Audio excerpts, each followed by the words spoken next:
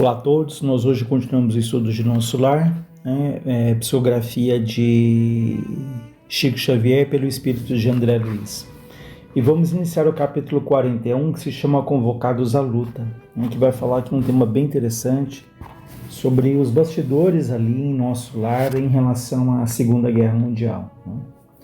Então vamos lá. Nos primeiros dias de setembro de 1939, Nosso Lar sofreu igualmente o choque porque passaram diversas colônias espirituais ligadas à civilização americana. Vejam, que então próximo ali da Segunda Guerra, Nosso Lar sofreu o choque ali da Segunda Guerra, assim como várias colônias ligadas à civilização americana, reforçando uma vez mais que Nosso Lar é uma das inúmeras colônias, Muitas colônias são ligadas à América, outras colônias ligadas ao continente europeu e tantos outros continentes. Então, o Nosso Lar, que a gente sabe que está aqui sobre o Rio de Janeiro, é uma das incontáveis colônias que existem ali na Terra. Era a guerra europeia tão destruidora nos círculos da carne, quão perturbadora no plano do espírito. Olha que interessante. A guerra era destruidora com muito impacto aqui na Terra, naturalmente, mas no plano espiritual também ali havia um grande impacto. Entidades numerosas comentavam os empreendimentos bélicos em perspectiva, sem disfarçarem o imenso terror de que se possuíam. Sabia-se desde muito que grandes fraternidades do Oriente suportavam as vibrações antagônicas da nação japonesa, experimentando grandes dificuldades. Anotavam-se, porém, fatos curiosos de alto padrão educativo. Assim como os nobres círculos espirituais da velha Ásia lutavam em silêncio, preparava-se Nosso Lar para o mesmo gênero de serviço. Além de valiosas recomendações no campo da fraternidade e da simpatia, determinou o governador que tivéssemos cuidado na esfera do pensamento, preservando-nos de qualquer inclinação menos digna de ordem sentimental. Então vejam que Nosso Lar se preparava ali porque sabia que aqui na Terra tantas pessoas seriam mortas, tantas sofreriam os horrores da guerra, todos os seus impactos, e quantos espíritos seriam ali desencarnados que iriam para Nosso Lar depois. Então nós influenciamos o plano espiritual da mesma maneira que o plano espiritual nos influencia constantemente. É uma troca, é uma permuta ali constante de pensamentos, de vibrações, de energias ali. Então o governador recomenda todo cuidado ali com o pensamento. Reconheci que os espíritos superiores nessas circunstâncias passam a considerar as nações agressoras não como inimigas, mas como desordeiras cuja atividade criminosa é imprescindível reprimir. Aqui um grande aprendizado quando o André Luiz fala que os espíritos superiores não consideram as nações agressoras como inimigas, mas como desordeiras. Então a gente pode comparar um pai que tem uma criança ali, uma criança que é desordeira. Não é uma inimiga dos pais, mas às vezes é uma criança desordeira que precisa ser coibida, que precisa ser contida, Então os espíritos superiores não vão alimentar o ódio por uma nação, eles não vão alimentar a raiva, querer destruir, mas vejam, eles consideram essas nações agressoras como desordeiras e cuja atividade precisa ali ser reprimida, precisa ser contida, para que não provoque ali tantos desastres, tantos desgastes, Claro que ali é o livre-arbítrio, até certo ponto Deus nos dá essa liberdade, mas chega um momento em que, felizmente, essas situações elas cessam ali, talvez depois de muita dor, de muito sofrimento, mas toda ação no mal, seja de um indivíduo, seja de uma coletividade, tem o seu limite. Infelizes dos povos que se embriagam com o vinho do mal, me disse Salúcio. Ainda que consigam vitórias temporárias, elas servirão somente para lhes agravar a ruína, acentuando-lhe as derrotas fatais. Quando um país toma a iniciativa da guerra, encabeça a desordem da casa do Pai e pagará um preço terrível. Então vejam a velha lei da ação e da reação. Seja do ponto de vista individual, seja de coletividade, né, quando uma pessoa, ou um país, uma nação, um povo se move em relação à guerra, que alimenta o ódio ali em relação às pessoas, às nações, estão ali plantando situações muito difíceis que em algum momento vão colher, seja nessa vida, seja numa vida futura, né? E às vezes um governo toma uma decisão de guerra, mas que está se alimentando do desejo de todo o povo ali. Então, às vezes a gente critica duramente os governos, mas talvez sejam sentimentos que a gente acalenta dentro de nós, da disputa, do poder, da posse, do domínio.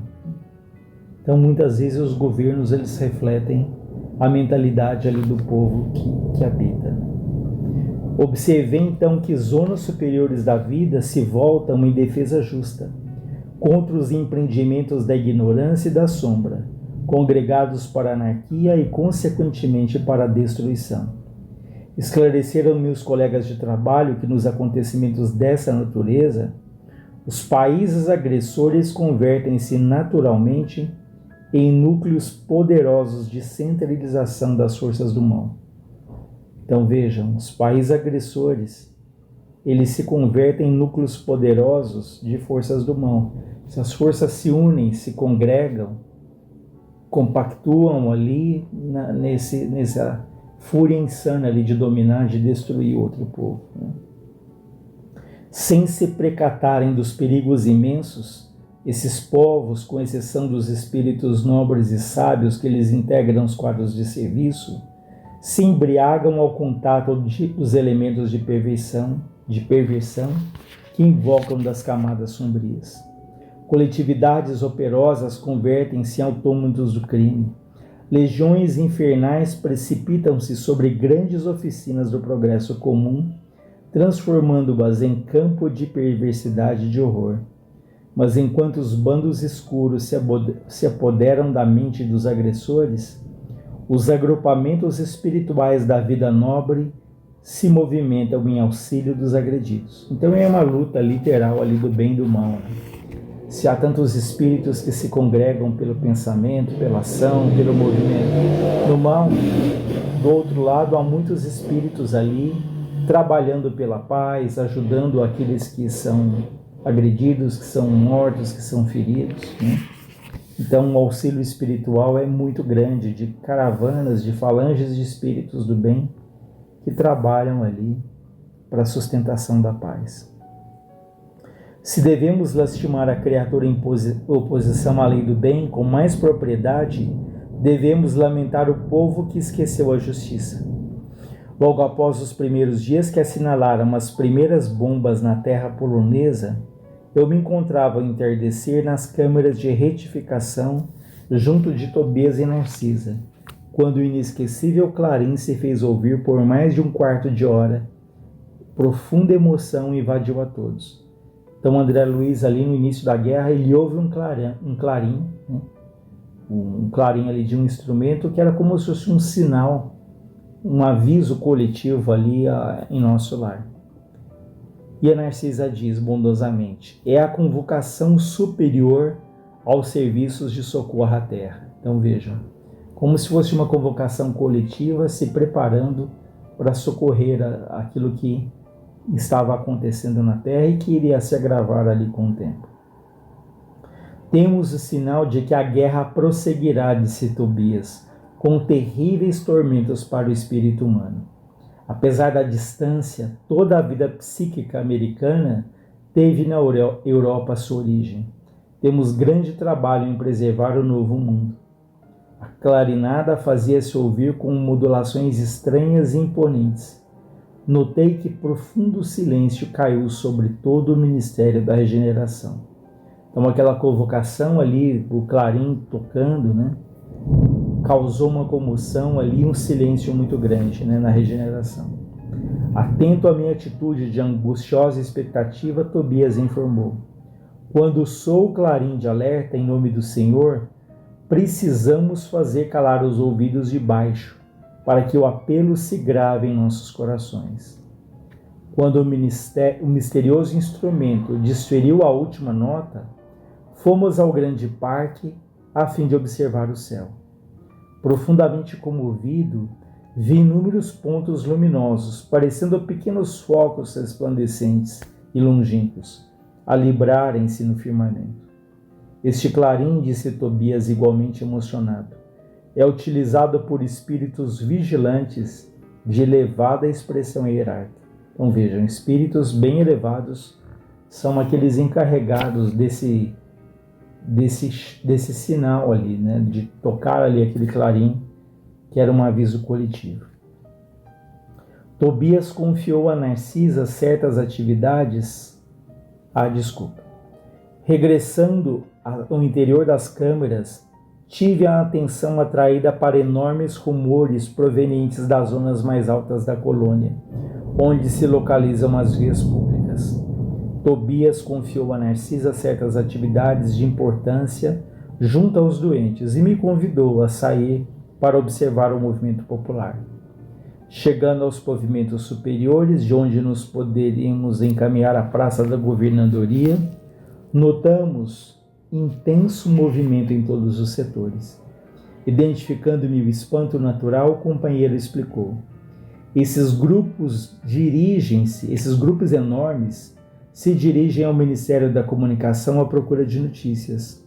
O clarim que acaba de soar só vem até nós em circunstâncias muito graves, né? Todos sabemos que se trata da guerra, mas é possível que a comunicação nos forneça algum detalhe essencial. Observe os transeuntes, ou seja, observe ali as pessoas na rua o que elas estão comentando sobre esse clarim, sobre a guerra, sobre como está ali o ambiente, a vibração em nosso lar. Então vamos ver o que as pessoas na rua estão ali trocando de informação entre si. Ao nosso lado vinham 2 senhores e 4 senhoras em conversação animada. Imagine, disse uma das mulheres, o que será de nós no auxílio?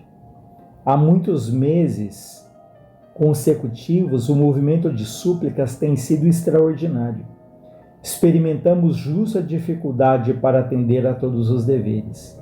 E nós com a regeneração, disse o cavalheiro mais idoso. Os serviços prosseguem consideravelmente aumentados. No meu setor, a vigilância contra as vibrações umbralinas reclama esforços incessantes. Estou avaliando o que virá sobre nós. Então vejam a preocupação ali de alguns espíritos em nosso lar com a sobrecarga, com o trabalho que iria crescer muito em função da guerra. Tobias segurou-me no braço de leve e exclamou: adiantemos um pouco. Ouçamos o que dizem outros grupos. Aproximamos-nos de 2 homens e ouvi um deles perguntando: será crível, né? Será verdade que essa calamidade atinge a todos nós? O interpelado, que parecia portador de grande equilíbrio espiritual, respondeu sereno. Então vejam, um fala: será que uma calamidade vai atingir a todos? E outro espírito mais sensato, mais ponderado, mais equilibrado responde: de qualquer modo, eu não vejo motivo para precipitações. A única novidade é o acréscimo de serviço que, no fundo, constituirá uma bênção. Quanto ao mais, tudo é natural, a meu ver. A doença é mestra da saúde, o desastre da ponderação. A China está sob a metralha há muito tempo e não mostrou você ainda qualquer demonstração de assombro. Mas agora, disse o primeiro companheiro desapontado, parece que eu serei compelido a modificar o meu programa de trabalho. O outro espírito, que era o mais sensato, equilibrado, respondeu: Elvésio, esqueçamos o meu programa para pensar em nossos programas. Então veja que interessante, esse primeiro reclama, ele está preocupado com a sobrecarga de trabalho, que vai alterar a programação dele. Enquanto o outro fala: vamos pensar não no seu programa, mas no nosso. Pensarmos na coletividade. Isso nos leva a refletir que às vezes a gente só se envolve numa situação quando aquilo nos atinge, quando aquilo nos incomoda. A pandemia talvez tenha sido um exemplo interessante, né? que a gente só ficou ligado, ficou vibrando em preces a partir do momento em que nos vimos em risco, nós ou algum familiar ou uma pessoa muito próxima. Porque enquanto está longe, a gente não se preocupa, parece que aquilo não faz parte ali da nossa rotina.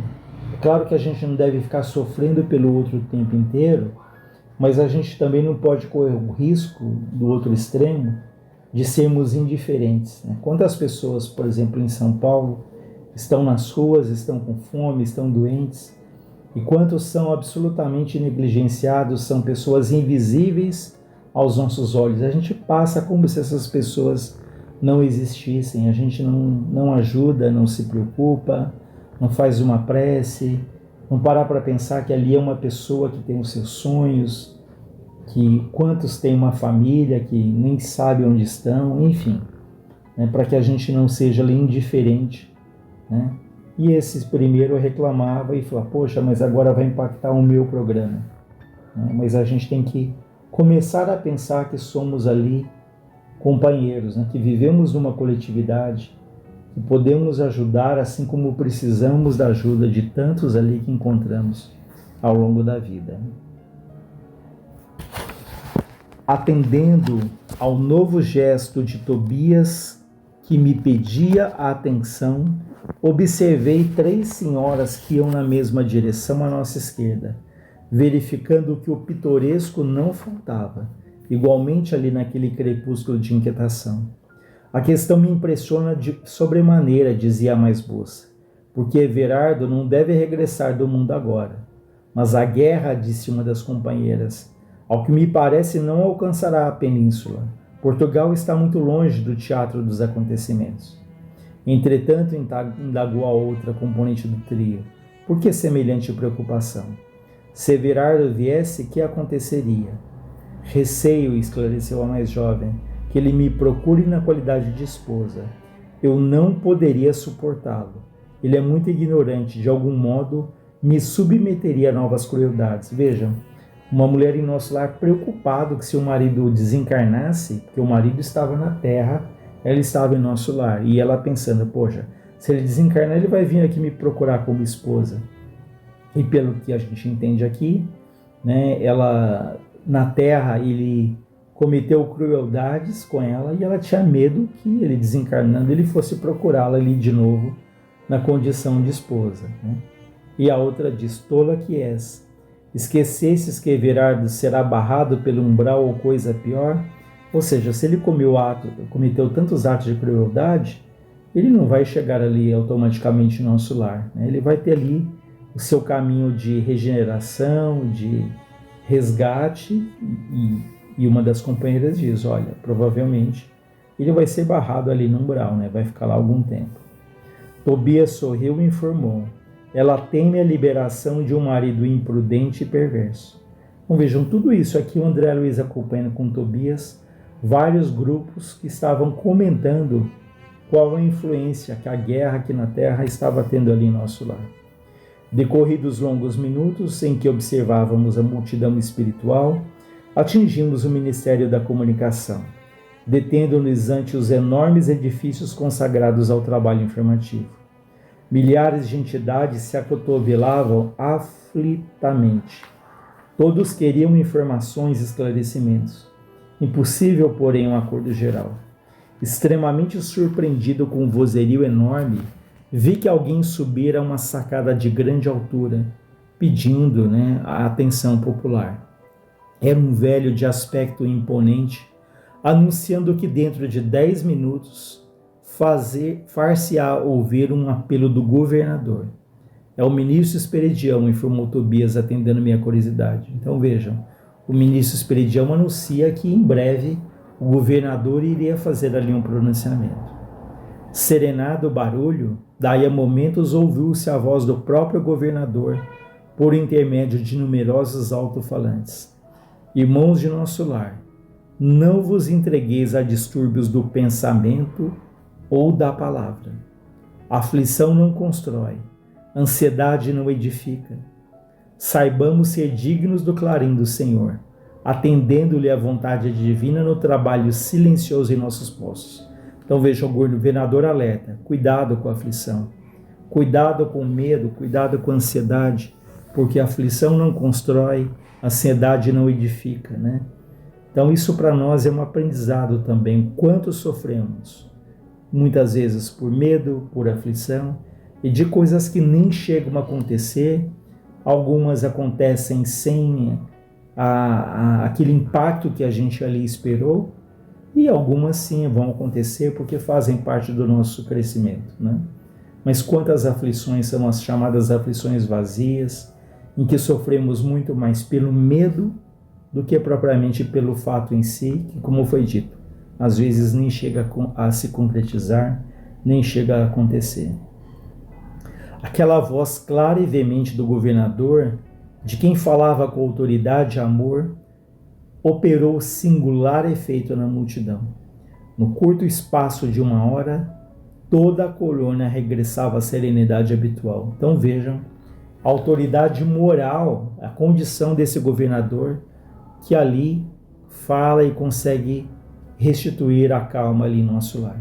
E o próximo capítulo vai ser sobre justamente essa palestra do governador. Por isso que se chama a palavra do governador. Nós vamos acompanhar juntos então na próxima semana. Que Deus nos ampare, nos fortaleça.